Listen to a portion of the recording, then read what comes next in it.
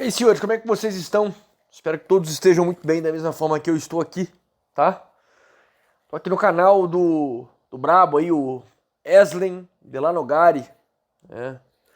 Gosto muito do conteúdo dele, reflito muito sobre as mensagens dele e tento aplicar, né? Busco aplicar no meu cotidiano, na minha vida corriqueira, cotidiana, esses insights. Muito rico conteúdo. Tô aqui para fazer um react aqui desse material, né? O que a maconha faz no seu cérebro. Eu fui usuário aí do bagulho, da erva, uns 8, 9 anos da minha vida, não lembro ao certo. 7, 8 anos, eu acho. Não lembro direito quando que eu comecei. Mas tive momentos excepcionais, né? Não dá pra negar. Muita loucura, muita risada absurda. E muita bad vibes, né? Fundo do poço. Pelo uso do bagulho. Mas vamos ver aqui uma opinião técnica, uma visão técnica e profissional, né? Eslen, se eu não me engano, ele é psicólogo, né?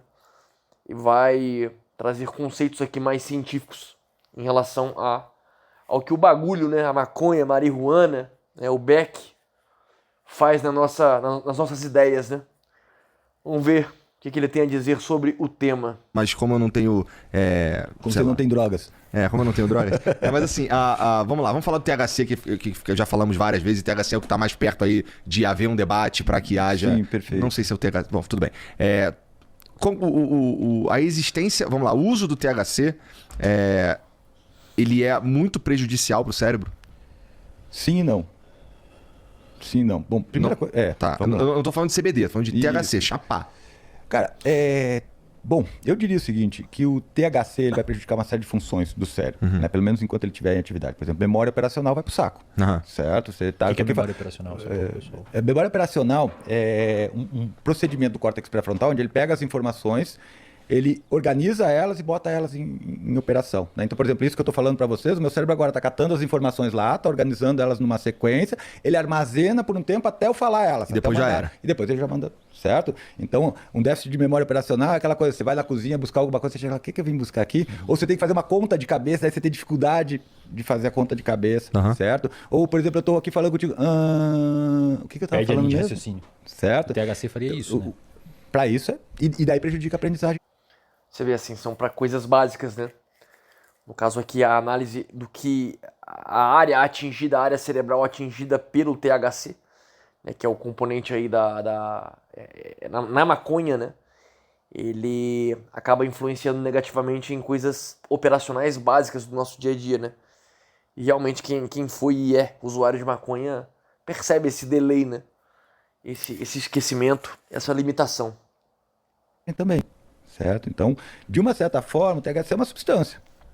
Certo? Se você usar ele com frequência o dia inteiro, você vai ter sérios déficits cognitivos. Né? Esses déficits vão impactar no teu dia a dia. Né? Fica mais burro na prática.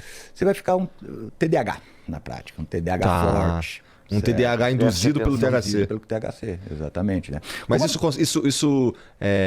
vamos lá, um cara que fuma 3 baseado por dia ao longo de 5 anos, aí ele para.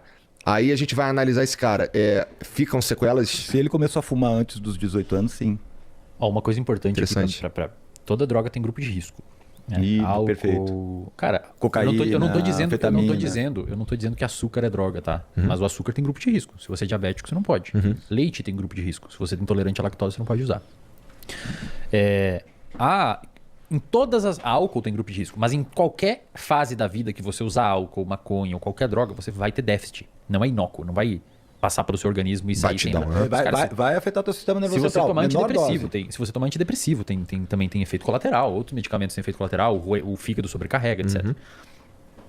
A cannabis, a gente sabe hoje que adolescentes, que é estranho porque a grande maioria quem mais usa, não pode, cara. Adolescente não pode, porque o cérebro é muito... Lembra da plasticidade? O cérebro é muito mais na adolescência. O cérebro deixa de ser muito plástico por volta dos 25 anos. Deixa eu só... Só uma fala, na época que eu usei maconha, eu era adolescente, né? Só que assim, eu não usava diariamente, né? Não era considerado viciado. Eu usava eventualmente. Quando usava, eu usava mais assim no final de semana, né? Pra festa, ou pra dar uma relaxada mesmo, jogar um game, né? Dar umas caminhadas por aí com os parceiros, né? Não era de fumar bomba, não, baseadão, não. Né? Fumava mais a gente chamava de perninha de grilo, né? Fumava uma perninha de grilo só pra fazer a cabeça mesmo, dar uma gastada de onda, ficar rindo um da cara do outro, igual idiotas, né? E curtir, né? Então, assim, eu acho que dessa forma equilibrada que eu usei, por isso que me permitiu, vamos dizer assim, eu acredito, né? Que eu tenha tido menos efeitos colaterais com o uso do bagulho, por ser eventualmente, né? E não ser viciado, fazer o uso contínuo e diário da substância. Só chamar atenção para uma coisa. O cérebro é muito plástico na adolescência, mas o córtex pré-frontal é mais plástico na adolescência. Na adolescência é onde a gente está tendo um hiperdesenvolvimento do córtex pré-frontal. E daí você imagina que você coloca ali uma droga que, de certa forma, altera o funcionamento disso. O córtex pré-frontal é a última área do seu cérebro a se desenvolver. Ela termina de amadurecer por volta dos 25 anos de idade em média. Então, por isso que adolescente é mais impulsivo. Adolescente tem uma menor capacidade empática em média. Tem menos capacidade de se colocar no lugar do outro. Isso tem bons estudos mostrando. Uns desenhos experimentais bem legais. Menos capacidade de avaliar risco. Menos capacidade de avaliar risco. Por isso que é muito mais propenso a buscar novidade. Mas aí o que pode ser novidade? Pode ser morar numa outra cidade para fazer uma faculdade, ou pode ser usar droga. Pegar o carro escondido e sair dirigir um carro escondido, etc. Adolescente, cara, não pode, velho. É grupo de risco ferradíssimo para uso de cannabis. Basicamente, eu vou transformar o meu cérebro de uma forma que não era para ele Você ter tá sido pra aquele marretando uma lado. área mole. Você tá marretando uma área mole. Digamos que um adulto já teria os córtex, depois dos 23 anos, já teria o córtex pré-frontal mais maduro e, portanto, ele teria, menos influência da cannabis. Mais ou menos isso, em grosso modo. Grávida, velho. Já tem estudos mostrando que não é legal grávida usar cannabis. Mas porque afeta o bebê? Pode afetar os metabólicos. Assim como o álcool também não pode. Nasce Bob Marley.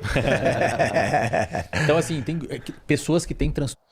Pra você que tem o vício, né? Está viciado, adolescente ou seja o que for, e queira conhecer, saber forma de você se livrar, ser autocontrolado, né? Ter autocontrole e conforme o tempo passa você fazer com que o vício enfraqueça na sua vida.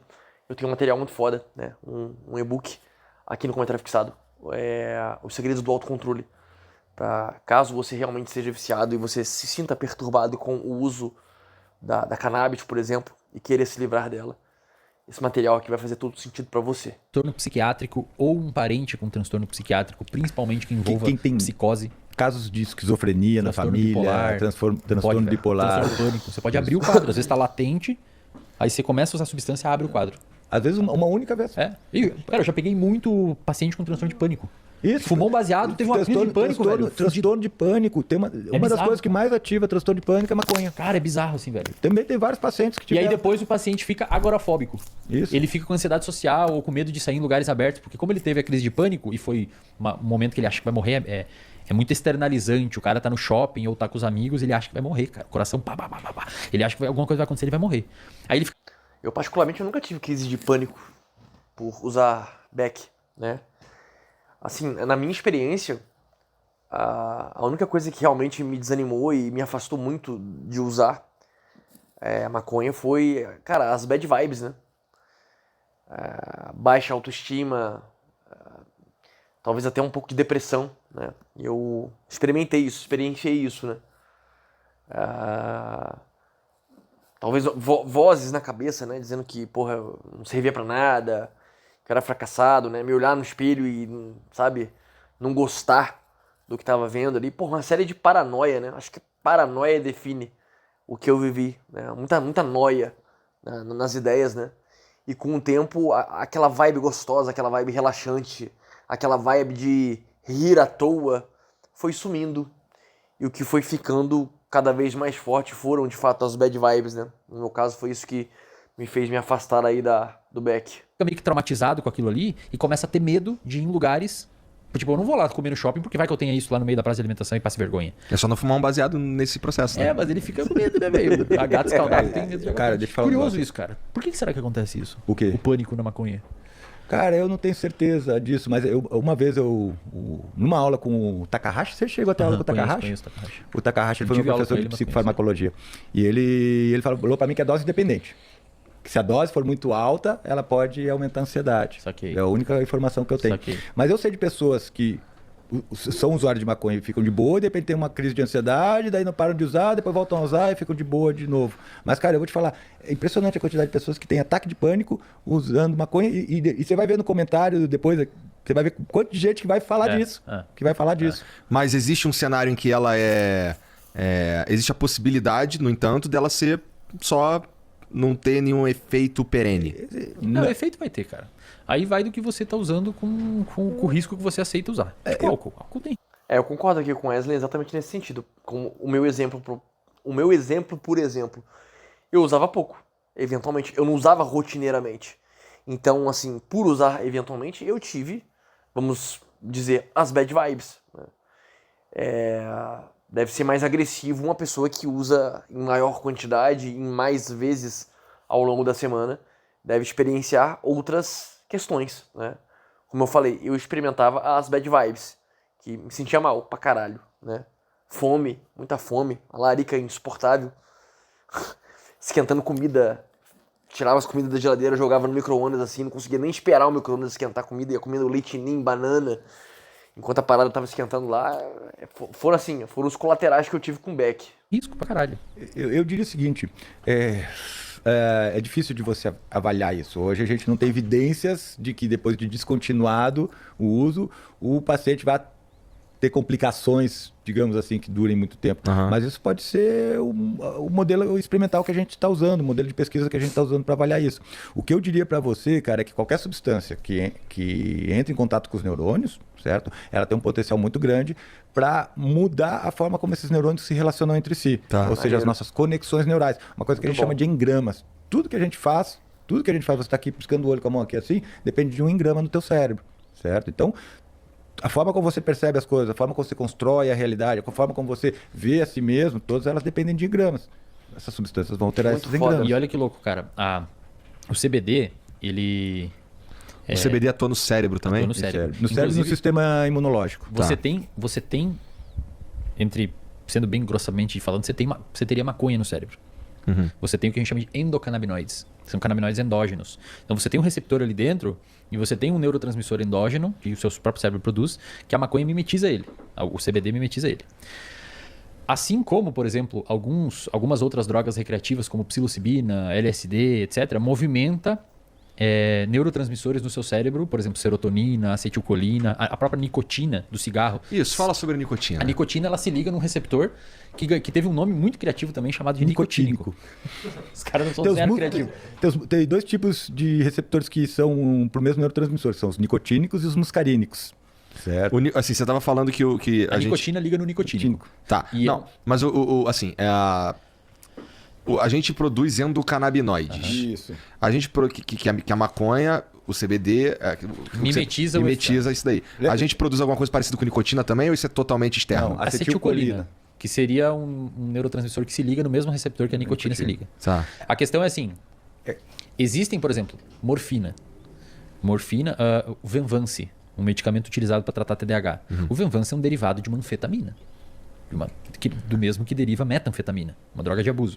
A galera tem que entender que qualquer medicamento que você utiliza é uma substância farmacológica que é mais que interage com receptores no seu cérebro e muda a função daquele neurônio e, consequentemente, do circuito que aquele neurônio está envolvido.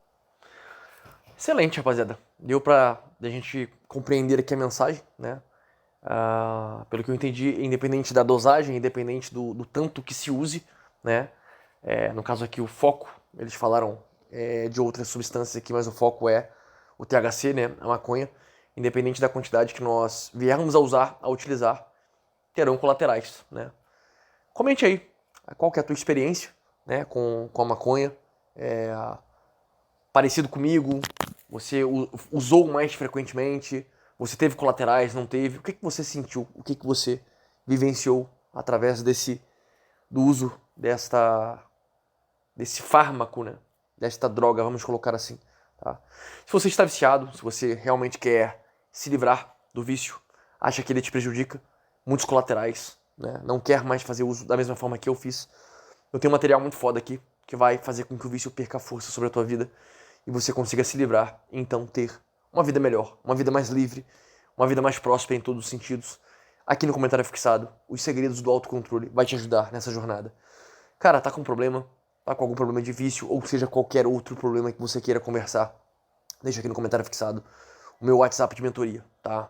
Mas me chame lá apenas se você quiser marcar dia e horário, falarmos do tema a ser debatido e do valor dessa mentoria. Do contrário, eu não vou responder, pois é um zap de trabalho e não um zap de conversa, tá bom? Vamos conversar sobre esse tema aqui nos comentários, quero saber a opinião de vocês, e é isso. Stay hard.